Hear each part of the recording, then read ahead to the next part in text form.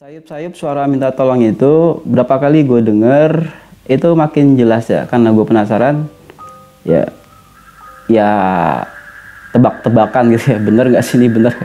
Akhirnya gue beraniin diri untuk ke arah tempat dimana suara itu terdengar. Ada seorang pendaki gitu ya, dia pegangan akar di lembah, di lereng seperti mau jatuh gitu ya, dan jelas sekali gue dengar suaranya minta tolong. Kemudian dia tergelincir ke lembahan. Dan terakhir dia pegangan akar dan dia mendengar suara langkah kaki, dia teriak, akhirnya bertemu dengan gue.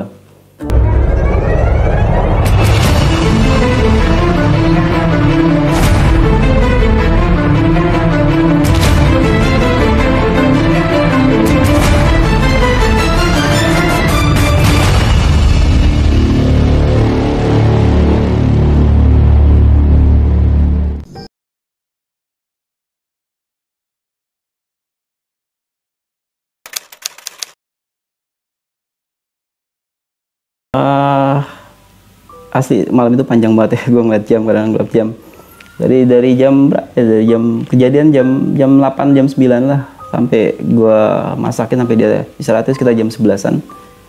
Jadi sekali gue ngeliat jam 1 jam 2 itu malam itu panjang banget, sampai nggak lama gue lelah, gue tiduran ya teman-teman ya.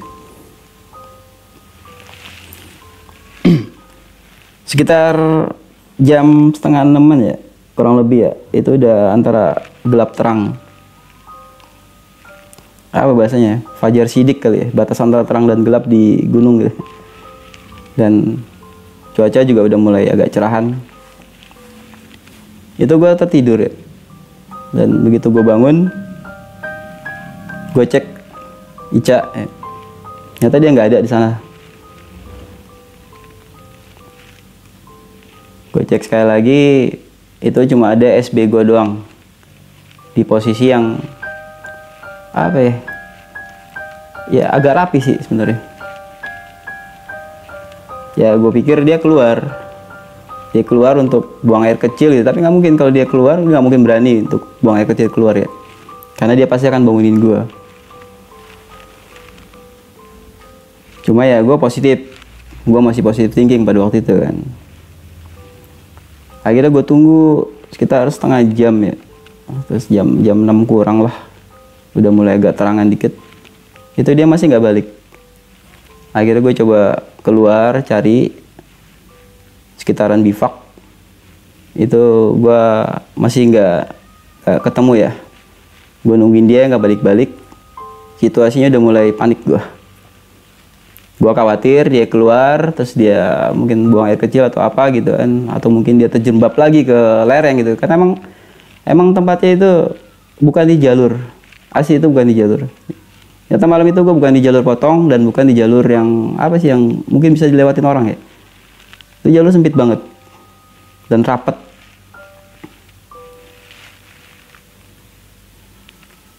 Jadi gue muter-muter aja di situ sambil gue panggil kan. Karena dia nggak balik-balik, gue panik. Asli gue panik banget. Tadi bayangan gue tuh dia apa sih, mungkin dia nyasar lagi atau dia jatuh lagi atau gimana. Asli gue panik karena kondisinya tuh baru fit pada malam itu ya.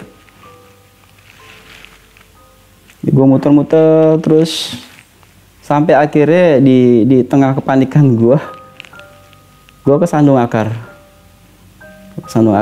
Gue terjerembab ke lereng lagi. Gue jatuh terguling-guling gitu ya. Kepala gue kebentok apa ya, akar besar ya, akar besar di lereng buk gitu ya. Depan gue tuh pohon besar yang udah lumut.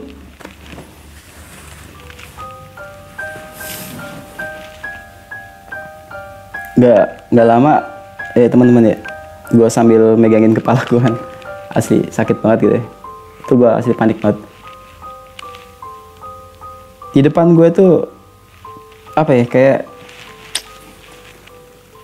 ranting-ranting yang udah ketutup, ranting-ranting apa sih, ranting-ranting akar-akar gitu ya.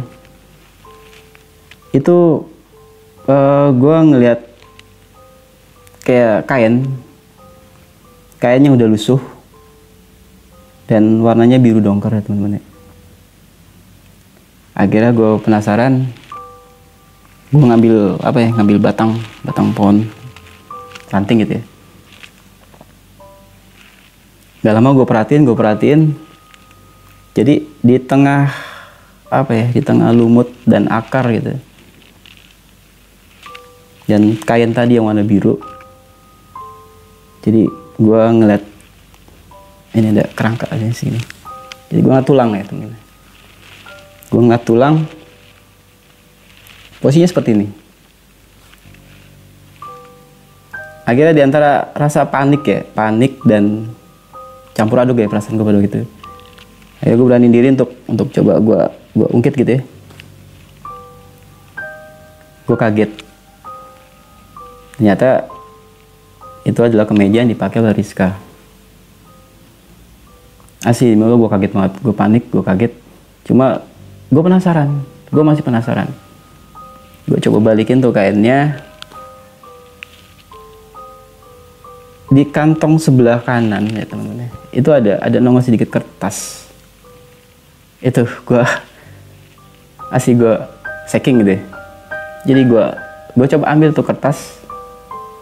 Tahu teman-teman apa yang terjadi ya? Jadi kertas lusuh yang sudah lama gitu ya, sudah ketutupan lumut, udah basah gitu. Itu gue coba buka, ada beberapa teks yang hilang gitu ya. Yang kebaca gue adalah tadi, maafin Ica bunda.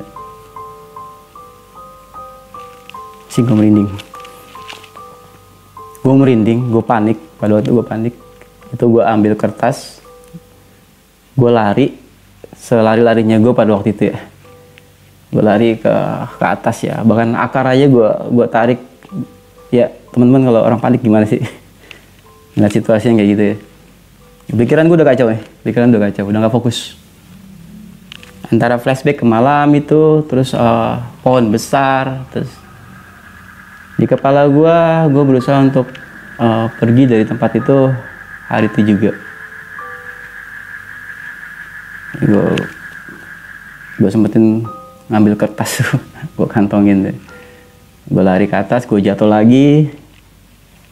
Sekali gue jatuh gitu, sampai baret-baret muka gue kan, gue nyusruk. Akhirnya gue lari ke arah bivak gue. Sampai di sana gue packing packing gimana sih kalau packing kalang kabut ya. Main keril, ambil masukin di itu kan. Jadi packingan gue bisa lurus, ini nggak kayak keris gitu. Gue nggak tahu itu jam berapa ya, gue lupa ya. Pokoknya itu kejadian cepet banget. Akhirnya gue pakai keril gue lari selari-larinya sampai dapetin punggungan ya. Sekali gue jatuh nyusuk, gue bangun. Depan gue ada alang-alang tinggi gitu ya. Begitu gue mau lintasin tempat itu ya. Ini gue masih nggak tahu di mana ya. Gue belum di jalur utama ya. Gue lagi berusaha untuk nyari jalur utama. Tapi gue ada di punggungan. Tiba-tiba di depan gue itu ada kayak orang nggak bergerak dia, sayup-sayup nggak bergerak. Ya gue pikir ngapain orang di situ gitu, di alang-alang ya. Akhirnya gue udah masa bodo amat gitu ya. Jadi gue antara senang ketemu orang gitu ya, antara bete gitu. Gue campur aduk perasaan gue. Gue lari. Begitu gue deketin, nyata itu kayak kakek, teman-teman ya. Kayak kakek, jenggotnya panjang segini, putih. Bajunya sobek-sobek. Kemudian di kepalanya itu diikat tali rapia. Tali rapia celong, matanya celong, terus mukanya lusuh banget gitu ya. Dan yang paling paling creepy-nya itu, jadi jalannya tuh pincang dan diseret-seret. Akhirnya gue deketin orang itu, ya gue udah masa bodo amat gitu ya, yang penting gue udah lewatin. Tiba-tiba si kakek ini ngomong sambil kaki diseret-seret sambil jalan ke arah gua. Terus di pinggangnya itu diikat tali rapia juga. Jadi tali rapia di kepala diikat, di pinggang tali rapia. Kemudian tali rapia itu menjulur dan julur-julurannya itu diikat sama botol-botol air mineral ya. Jadi botol air mineral itu diseret sama dia tuh. Banyak tuh, sekitar ada 5 atau 7 gitu. Pokoknya diikat tali rapia gitu, diikatin di pinggang. Terus dia jalan seret sambil dia berusaha untuk ngalangin jalan gue ya, sambil ngomong, ojo lewat kene dek, ojo lewat kene dek, dia bilang. Terus aja dia ngomong kayak gitu. Sambil akhirnya gue deketin, gue lewatin. Ya di antara perasaan panik ya, lagi-lagi teman-teman ya, gue panik ya, asli gue panik banget pada waktu itu. Kejadian yang malam, terus tiba-tiba gue ketemu kayak kakek aneh juga kayak gitu. Dia bilang mau gue ojo lewat kene dek, ojo lewat kene dek, ojo koyo Purwanto, dia bilang. Gue bilang apalagi Purwanto, gue bodo amat lah, gue bilang. Akhirnya gue sambil lari gitu, sampai gue bilang, nggih pak, nggih, matur nuwun pak. Akhirnya gue lewatin, gue jatuh lagi, nyusruk, gue bangun, gue jatuh. Jadi jatuh bangun gue ya. Sampai saking capeknya gue jalan, itu sampai gue sambil ngeliat ke belakang ya, ngeliat ke arah kaki itu masih ngelambaiin tangan ke gue, ojo dek, sambil teriak, ojo lewat kene dek, ojo kayak Purwanto, dia bilang. Jangan lewat sini dek, jangan lewat sini, jangan kayak Purwanto, itu yang gue inget. Akhirnya gue jalan terus, gue capek ya teman-teman, asli gue capek banget. Akhirnya gue sender, ada batu besar ya, gue taruh, gue banting kayak gue duduk, gue senderan. Gue bakar rokok ya. Itu saking betenya rokok gue, saking teman-teman ya, rokok itu jatuh berapa kali, gue ambil jatuh lagi. Gue senderan di batu. Begitu gue nengok ke batu, gue nengok begini kan, ternyata batu itu tulisannya apa, in memoriam Purwanto. Asli demi Allah, gue kaget. 2 kali ya, udah 3 kali. Akhirnya wah, gue bilang apa lagi nih?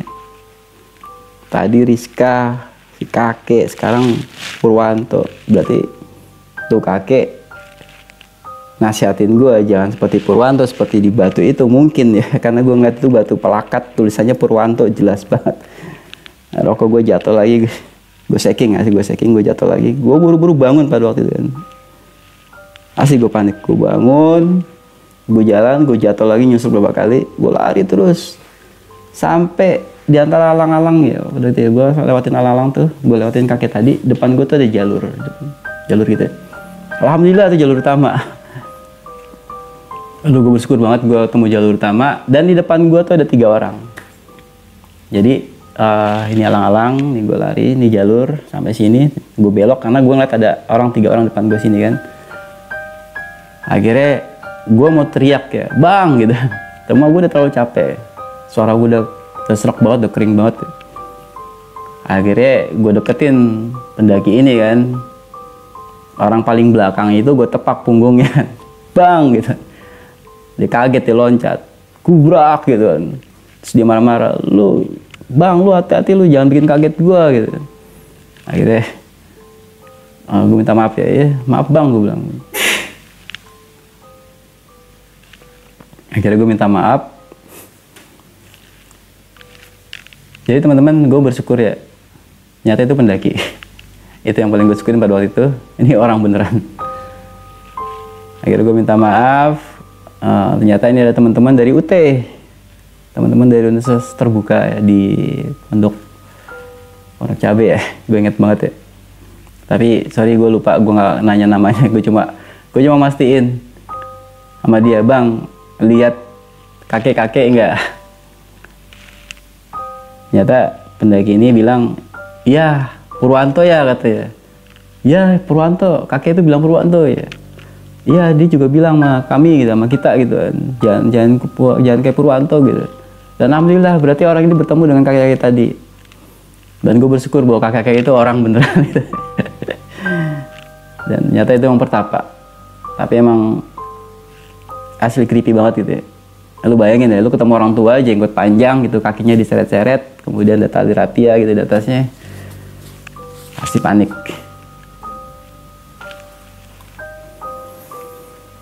Oke teman-teman, dan singkat cerita ya, gue nggak bercerita tentang apa yang gue alamin di malam itu ya sama teman-teman UT ini. Gue cuma tanya, abang tujuannya kemana gitu kan, langsung muncak atau kemana dulu gitu. Dia bilang sebenarnya dia mau muncak pada waktu itu gitu kan, tapi mereka letih, jadi mereka nggak lanjutin perjalanan. Mereka camp di pos 5 tadi, di seng-seng gitu. Akhirnya terpaksa gue ngelanjutin jalan sendirian. Padahal gue tuh pengen banget bareng sama mereka gitu. Tapi gue mesti kejar temen gue yang sudah jalan duluan. Dan gue yakin mereka pasti nungguin gue di sana, di titik Boyem. Akhirnya singkat cerita, gue lanjutin jalan. Dan alhamdulillah pada waktu itu gue jalan sendiri, ketemulah kawan-kawan gue di Boyem. Dan mereka marah-marah sama gue. Ditanya, lu kemana aja gitu. Ditungguin sama mereka tuh malam itu kan. Mereka khawatir sama gue.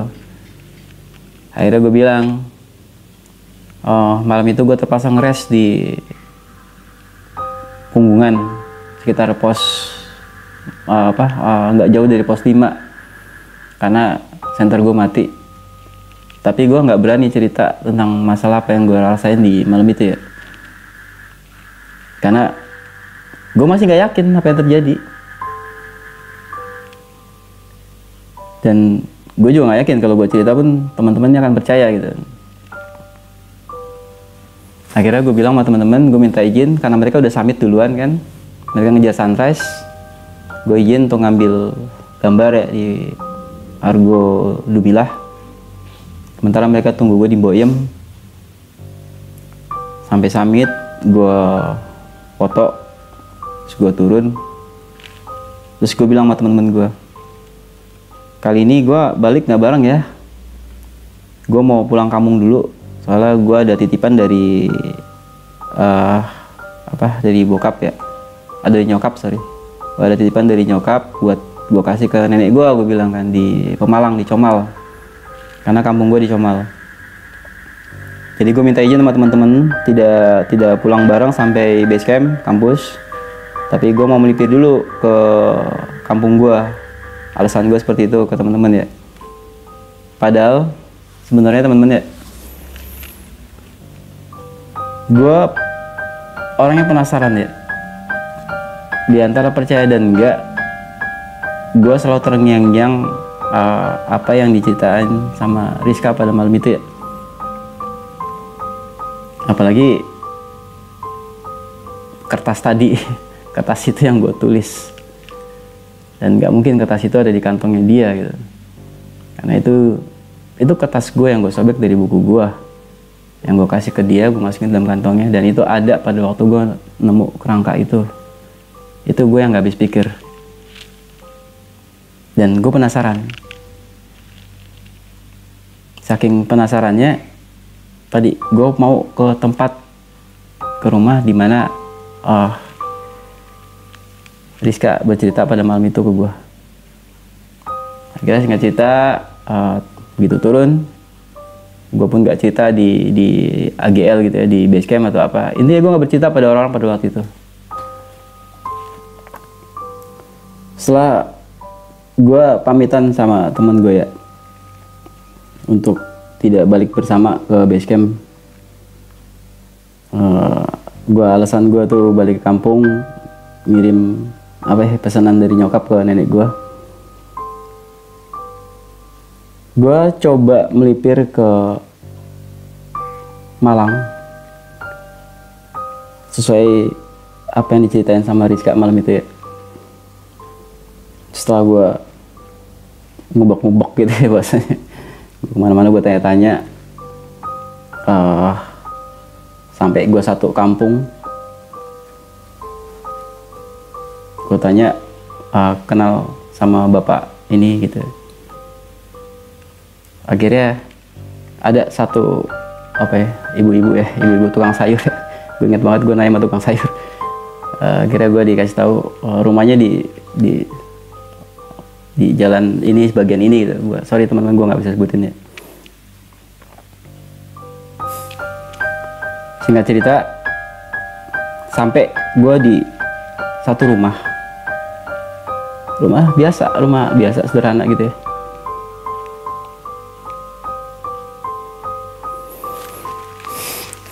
Akhirnya gue masuk, kayak gue salam, ada ibu-ibu yang bukain pintu pada waktu itu. Dia tanya sama gue, cari siapa, dia bilang. Spontan gue sebut, gue cari Mbak Ratih, gue bilang. Mbak Ratih anaknya bapak ini gitu. Dan ternyata itu adalah Mbak Ratih, ternyata yang buka pintu. Terus dia tanya ada keperluan apa. Akhirnya gue bilang sama dia, Mbak, gue bisa nggak ngomong sebentar gitu ya. Gue bilang gue Agus, gue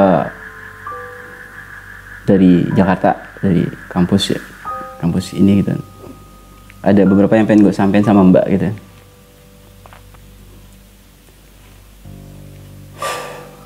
Dan akhirnya gue dipersilakan duduk di ruang tamu gitu ya. Terus lagi-lagi dia tanya gue ada keperluan apa ya.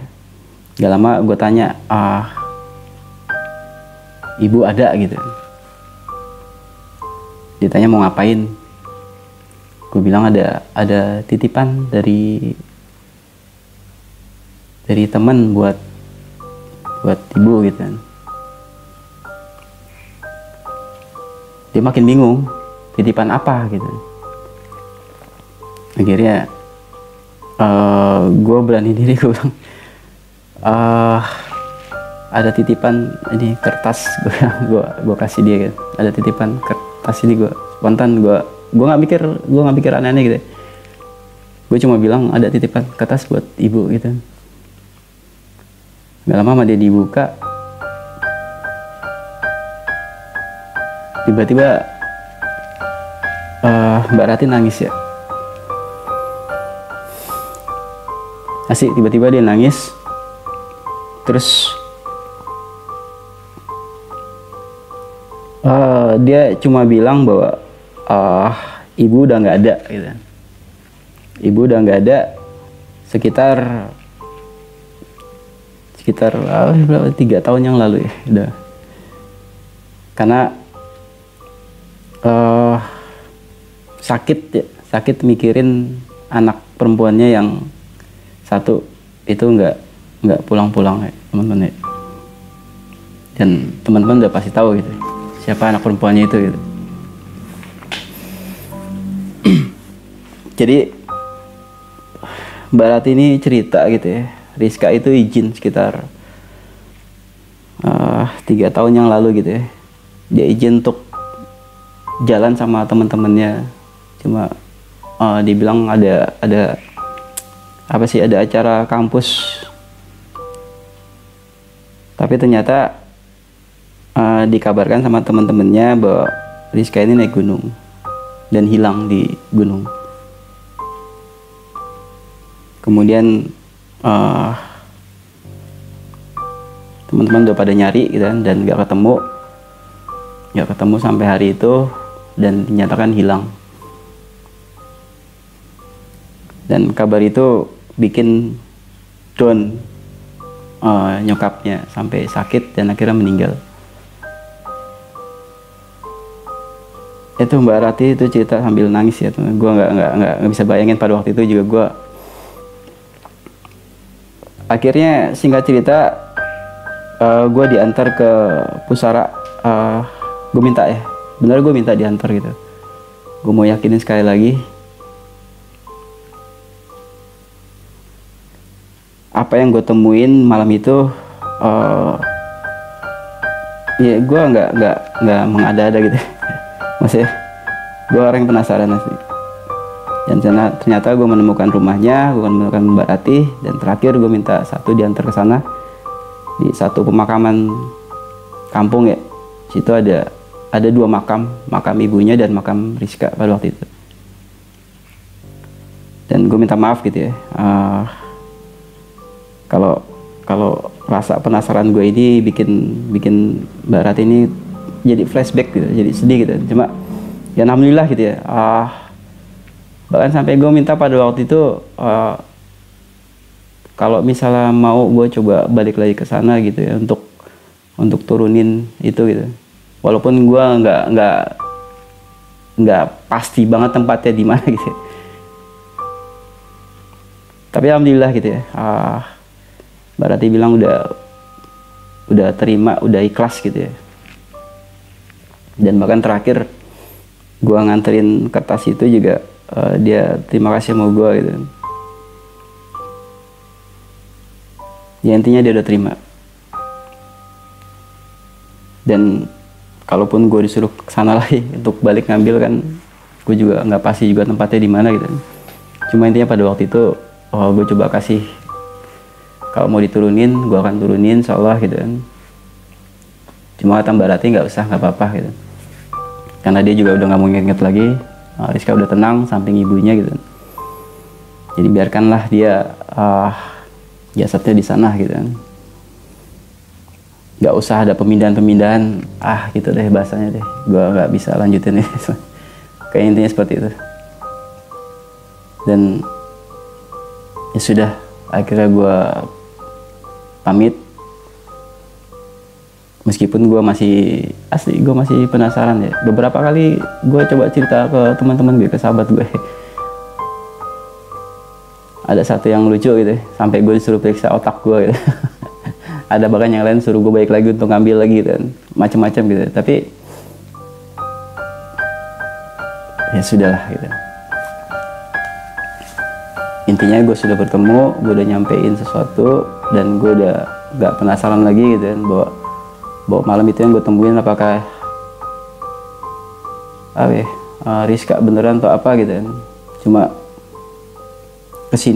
kesininya gue coba pelajarin sesuatu untuk masalah hal yang gaib-gaib gitu ya.